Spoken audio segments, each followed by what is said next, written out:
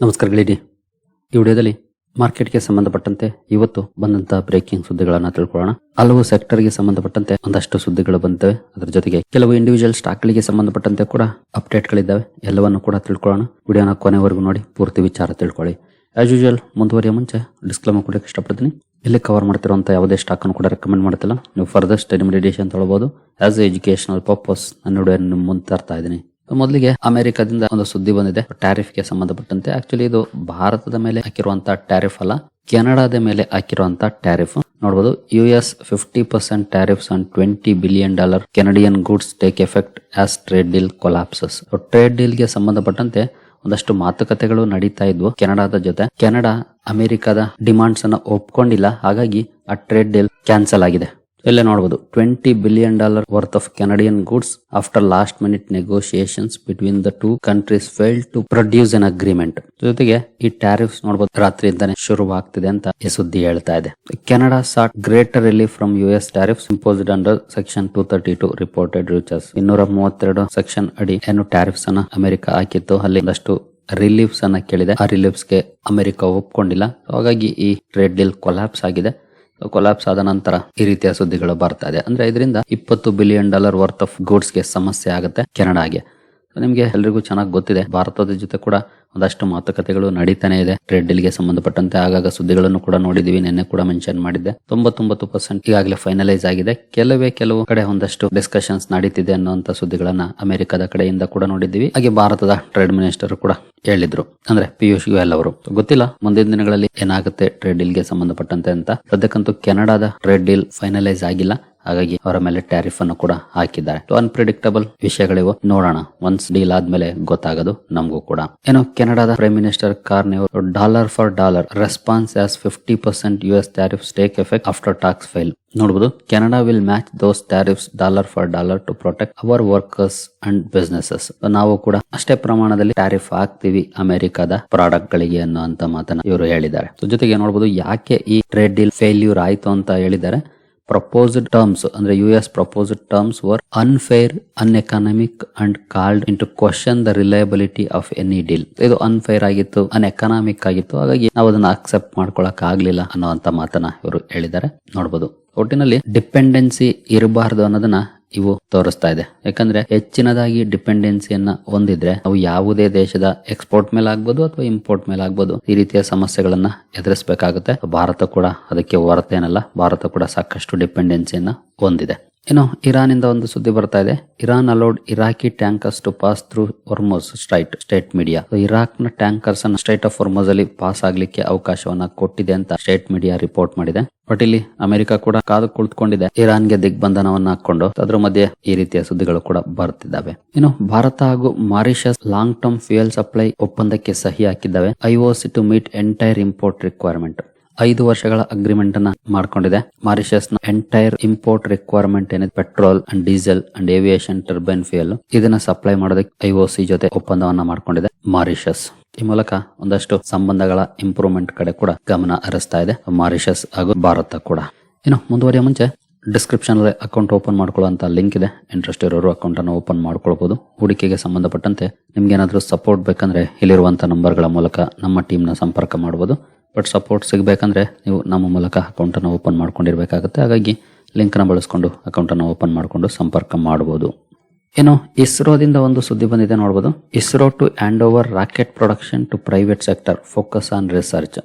ಅಂದ್ರೆ ISRO rocket production ಅನ್ನ private sector ಗೆ ಬಿಟ್ಟು ರಿಸರ್ಚ್ ಕಡೆ ಫೋಕಸ್ ಮಾಡೋ ಬಗ್ಗೆ ಸುದ್ದಿ ಬರ್ತಾ ಇದೆ. ಆಕ್ಚುಲಿ ಇದು ಒಳ್ಳೆಯ ಬೆಳವಣಿಗೆನೂ ಕೂಡ ಆಗಬಹುದು. ಎಸ್ಪೆಷಲಿ ಇನ್ ಕೇಸ್ ಯಾವ್ದಾದ್ರು ಕಂಪನಿ ರಾಕೆಟ್ ಪ್ರೊಡಕ್ಷನ್ ಸೆಗ್ಮೆಂಟ್ ಅಲ್ಲಿ ಕಾಂಟ್ರಿಬ್ಯೂಷನ್ ಮಾಡ್ತಿದೆ ಅಂದ್ರೆ ಅಂತವುಗಳಿಗೆ ಒಳ್ಳೆಯ ಬೆಳವಣಿಗೆ ಆಗುತ್ತೆ. ಈ ಮೂಲಕ ರಿಸರ್ಚ್ ಕಡೆ ಕಾನ್ಸಂಟ್ರೇಟ್ ಮಾಡೋದು ಕೂಡ ಒಳ್ಳೆಯ ಬೆಳವಣಿಗೆನೆ. ಮೇ ಬಿ ಇಸ್ರೋದ ಕೆಲಸವನ್ನ ಅದು ಫಾಸ್ಟ್ ಟ್ರ್ಯಾಕ್ ಕೂಡ ಮಾಡಬಹುದು. ಇನ್ ಕೇಸ್ ನಿಮ್ಮ ರಡಾರ್ ಅಲ್ಲಿ ಯಾವ್ದಾದ್ರು ರಾಕೆಟ್ ಪ್ರೊಡಕ್ಷನ್ ಸೆಗ್ಮೆಂಟ್ ಅಲ್ಲಿ ಕಾಂಟ್ರಿಬ್ಯೂಟ್ ಮಾಡುವಂತ ಕಂಪನಿ ಇದ್ರೆ ಅಂತದನ್ನ ಕಮೆಂಟ್ ಸೆಕ್ಷನ್ ಅಲ್ಲಿ ತಿಳಿಸಿ. ಮೇ ಬಿ ಅದು ಇತರರಿಗೂ ಕೂಡ ಸಹಾಯ ಆಗ್ಬಹುದು ಸ್ಟಡಿ ಮಾಡ್ಲಿಕ್ಕೆ. ನಂತರ ಟೆಲಿಕಾಂ ಎಕ್ವಿಪ್ಮೆಂಟ್ ಗೆ ಸಂಬಂಧಪಟ್ಟಂತ ಸುದ್ದಿ. The next export story, $50 billion price India can't afford to miss.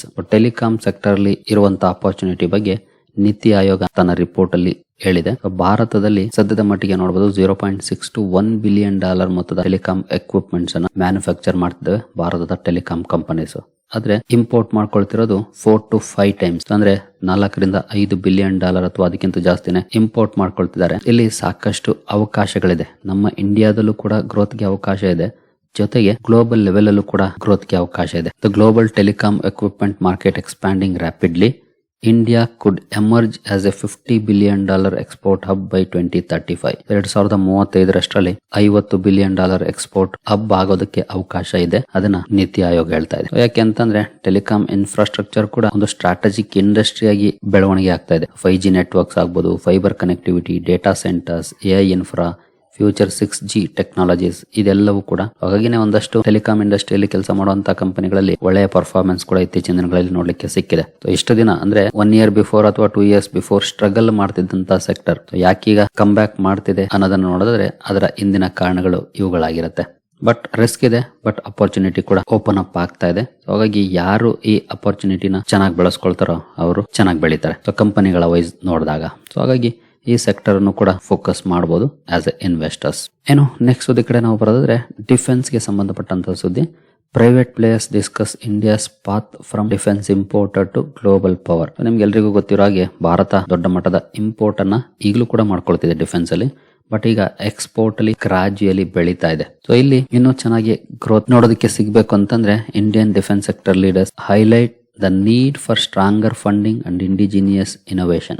Funds ನ ಅವಶ್ಯಕತೆ ಕೂಡ ಇದೆ ಇಲ್ಲಿ, ಜೊತೆಗೆ ರಿಸರ್ಚ್ ಅಂಡ್ ಇನೋವೇಷನ್ R&D ಅದರ ಅವಶ್ಯಕತೆ ಕೂಡ ಜಾಸ್ತಿ ಇದೆ ಅನ್ನೋದನ್ನ ಡಿಫೆನ್ಸ್ ಸೆಕ್ಟರ್ ಲೀಡರ್ಸ್ ಹೇಳ್ತಿದ್ದಾರೆ. ಇದನ್ನ ET ವರ್ಲ್ಡ್ ಲೀಡರ್ಸ್ ಫೋರಂ ಅಲ್ಲಿ ಹೈಲೈಟ್ ಮಾಡಿದ್ದಾರೆ. ಇಲ್ಲಿ ನೋಡಬಹುದು FY26 ಅಲ್ಲಿ ಭಾರತದ annual defence production all time I ಅನ್ನ ತಲುಪಿದೆ. 1.78 ಲಕ್ಷ ಕೋಟಿಯನ್ನ ತಲುಪಿದೆ. 5 years ಅಲ್ಲಿ ಡಬಲ್ ಆಗಿದೆ. ಜೊತೆಗೆ ಹಿಂದಿನ ವರ್ಷಕ್ಕೆ ಹೋಲಿಸಿದ್ರೆ 15.6% ಗ್ರೋತ್ ಆಗಿದೆ. 2020-21 84,600 ಕೋಟಿ ಇತ್ತು. ಮೋರ್ ದನ್ ಡಬಲ್ ಆಗಿದೆ 2021ಕ್ಕೆ ಹೋಲಿಸಿದ್ರೆ. ಇನ್ನು 2013-14ಕ್ಕೆ ಹೋಲಿಸಿದ್ರೆ 43,746 ಕೋಟಿ, 1.78 ಲಕ್ಷ ಕೋಟಿ. ದೊಡ್ಡ ಬದಲಾವಣೆಗಳಾಗ್ತಾ ಇದೆ. ಬಟ್ ಇನ್ನೂ ಸಾಕಷ್ಟು ಡೆವಲಪ್ಮೆಂಟ್ಸ್ ಆಗ್ಬೇಕಾಗಿದೆ. ಅದನ್ನ ಇಂಡಸ್ಟ್ರಿ ಎಕ್ಸ್ಪೆಕ್ಟ್ ಮಾಡ್ತಾ ಇದೆ. ಸರ್ಕಾರ ಏನಾದ್ರೂ ಇನ್ನು ಹೆಚ್ಚಿನ ಆದ್ಯತೆಯನ್ನ ಇಲ್ಲಿ ಕೊಟ್ರೆ ಖಂಡಿತ ಇನ್ನೂ ಒಳ್ಳೆಯ ಡೆವಲಪ್ಮೆಂಟ್ಸ್ ಆಗೋದ್ರಲ್ಲಿ ಯಾವುದೇ ಡೌಟ್ ಇಲ್ಲ ಅಂತ ಇಂಡಸ್ಟ್ರಿ ಎಕ್ಸ್ಪರ್ಟ್ಸ್ ಹೇಳ್ತಿದ್ದಾರೆ. ಡಿಫೆನ್ಸ್ ಕೂಡ one of the important sector ಅಂತ ಅನಿಸ್ಕೊಳ್ತಿದೆ. ಜೊತೆಗೆ ಗ್ರೋತ್ ಆಗ್ತಿದೆ. ಅದೊಂದು ಒಳ್ಳೆಯ ಬೆಳವಣಿಗೆ ಹೂಡಿಕೆದಾರರಿಗೆ. ಇನ್ನು CAS ಗೆ ಸಂಬಂಧಪಟ್ಟಂತೆ ನಾವೀಗಾಗಲೇ ಹಲವು ಸುದ್ದಿಗಳನ್ನ ನೋಡಿದ್ವಿ. ಎಸ್ಪೆಷಲಿ CAS ನ ಬಗ್ಗೆ ನೋವಾಮಾ ಒಂದು ರಿಪೋರ್ಟ್ ಅನ್ನ ಕೊಟ್ಟಿದ್ದಾರೆ. ನೋಡಬಹುದು, Nuvama highlighting that the thin liquidity appears to be feeding on itself, encouraging further volume and weigh on earnings. BSE ಅಲ್ಲಿ ತುಂಬಾ ಕಡಿಮೆ ಪಾರ್ಟಿಸಿಪೇಷನ್ ನೋಡ್ಲಿಕ್ಕೆ ಸಿಗ್ತಿದೆ. ಲಿಕ್ವಿಡಿಟಿ ತುಂಬಾ ಕಡಿಮೆ ಇದೆ ಅನ್ನುವಂತ ಪಾಯಿಂಟ್ ಅನ್ನ ಇವರು ಹೈಲೈಟ್ ಮಾಡ್ತಿದ್ದಾರೆ. ನೋಡಬಹುದು, brokerage suggest this vicious cycle can only be broken by higher participation. Participation ಕಡಿಮೆ ಇದೆ, ಇದು ಬ್ರೋಕ್ ಆಗ್ಬೇಕು ಅಂದ್ರೆ ಪಾರ್ಟಿಸಿಪೇಷನ್ ಇಂಪ್ರೂವ್ ಆಗ್ಬೇಕು ಅಂತ ಹೇಳ್ತಾರೆ. ನೋಡೋಣ ಅದಕ್ಕೆ ಎಷ್ಟು ಸಮಯ ತಗೊಳುತ್ತೋ ಗೊತ್ತಿಲ್ಲ. ನಾವೀಗಾಗಲೇ ನೋಡಿದ್ವಿ ಪ್ರೊಪ್ರೈಟರಿ ಟ್ರೇಡರ್ಸ್ ವಾಲ್ಯೂಮ್ಸ್ ಡಿಕ್ರೀಸ್ ಆಗಿರೋದನ್ನ. ಅಲ್ಲಿ ಮೇ ಬಿ ಇನ್ಕ್ರೀಸ್ ಆದ್ರೆ ಆಗ ಪಾರ್ಟಿಸಿಪೇಷನ್ ಜಾಸ್ತಿ ಆಗಬಹುದೇನೋ. ಇನ್ನು ಜಿ ಎಂಟರ್ಟೈನ್ಮೆಂಟ್ ಇಂದ ಒಂದು ಅಪ್ಡೇಟ್ ಬಂದಿದೆ. ನೋಡಬಹುದು, 20.94 crore convertible warrants promoter group ಗೆ ಅಲಾಟ್ಮೆಂಟ್ ಮಾಡಿದೆ Zee Entertainment Enterprises Limited. Fully convertible warrants ಇದು. Promoter group entity Sun Bright Mauritius Investment Limited ಈ ಕನ್ವರ್ಟಿಬಲ್ ವಾರೆಂಟ್ಸ್ ತಗೊಂಡಿದೆ. ಈ ಮೂಲಕ ಫಂಡ್ ರೈಸ್ ಮಾಡಿದೆ ಜಿ ಎಂಟರ್ಟೈನ್ಮೆಂಟ್ ಎಂಟರ್ಪ್ರೈಸಸ್ ಲಿಮಿಟೆಡ್. ಸರಿಗಳೇ, ಈ ಎಲ್ಲ ಅಪ್ಡೇಟ್ಸ್ ನಿಮಗೆ ಇಷ್ಟ ಆಗಿದೆ ಅನ್ಕೊಳ್ತೀನಿ. ಹಾಗೆ ಡಿಸ್ಕ್ರಿಪ್ಷನ್ ಅಲ್ಲಿ ಅಕೌಂಟ್ ಓಪನ್ ಮಾಡ್ಕೊಳ್ಳುವಂತ ಲಿಂಕ್ ಇದೆ. ಇಂಟ್ರೆಸ್ಟ್ ಇರೋರು ಅಕೌಂಟ್ ಅನ್ನು ಓಪನ್ ಮಾಡ್ಕೊಳ್ಬಹುದು. ಹೂಡಿಕೆಗೆ ಸಂಬಂಧಪಟ್ಟಂತೆ ನಿಮ್ಗೆ ಏನಾದ್ರು ಸಪೋರ್ಟ್ ಬೇಕಂದ್ರೆ ಇಲ್ಲಿರುವಂತಹ ನಂಬರ್ಗಳ ಮೂಲಕ ನಮ್ಮ ಟೀಮ್ ನ ಸಂಪರ್ಕ ಮಾಡಬಹುದು. ಬಟ್ ಸಪೋರ್ಟ್ ಸಿಗ್ಬೇಕಂದ್ರೆ ನೀವು ನಮ್ಮ ಮೂಲಕ ಅಕೌಂಟ್ ಅನ್ನು ಓಪನ್ ಮಾಡ್ಕೊಂಡಿರ್ಬೇಕಾಗುತ್ತೆ. ಹಾಗಾಗಿ ಲಿಂಕ್ ನ ಬಳಸ್ಕೊಂಡು ಅಕೌಂಟ್ ಅನ್ನು ಓಪನ್ ಮಾಡಿಕೊಂಡು ಸಂಪರ್ಕ ಮಾಡಬಹುದು. ಸರಿಗಳೇ, ಮುಂದಿನ ವಿಡಿಯೋದಲ್ಲಿ ಸಿಗೋಣ. ಅಲ್ಲಿವರೆಗೂ ಜೈ ಹಿಂದ್, ಜೈ ಕರ್ನಾಟಕ.